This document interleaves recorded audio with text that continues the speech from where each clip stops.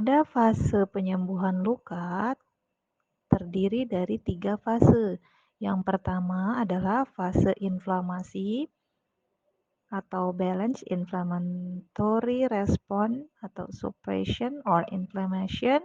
Yang kedua adalah fase proliferasi dan yang ketiga adalah fase maturasi atau remodeling. Yang pertama, fase inflamasi. Fase ini terjadi sejak terjadinya injuri hingga sekitar hari kelima. Pada fase inflamasi terjadi proses yang pertama hemostatis, yaitu usaha tubuh untuk menghentikan perdarahan, di mana pada proses ini terjadi konstriksi pembuluh darah atau vasokonstriksi, agregasi platelet dan pembentukan jala-jala fibrin, dan aktivasi serangkaian reaksi pembekuan darah.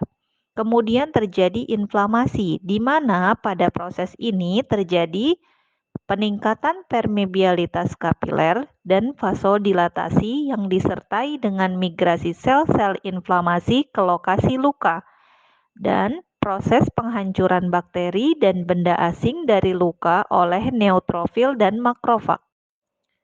Tanda-tanda inflamasi ada 5. Yang pertama adalah rubor atau kemerahan, dolor nyeri, tumor pembengkakan, kalor hangat, dan fungsiolesa.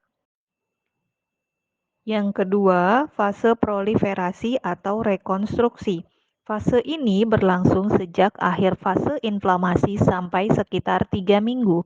Fase proliferasi disebut juga fase fibroplasia dan terdiri dari proses angiogenesis, adalah proses pembentukan kapiler baru yang distimulasi oleh INF alfa 2 atau menghantarkan nutrisi dan oksigen ke daerah luka. Yang kedua, granulasi, yaitu pembentukan jaringan kemerahan yang mengandung kapiler pada dasar luka atau jaringan granulasi. Fibroblast pada bagian dalam luka berproliferasi dan membentuk kolagen.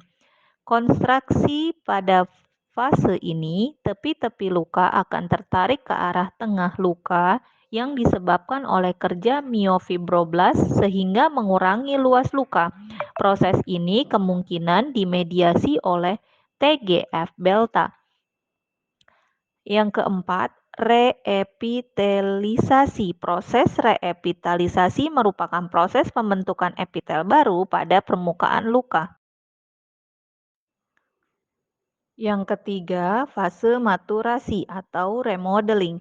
Fase ini terjadi sejak akhir fase proliferasi dan dapat berlangsung berbulan-bulan.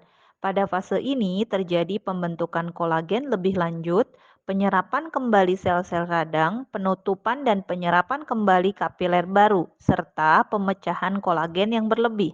Selama proses ini, jaringan parut yang semula kemerahan dan tebal akan berubah menjadi jaringan parut yang pucat dan tipis.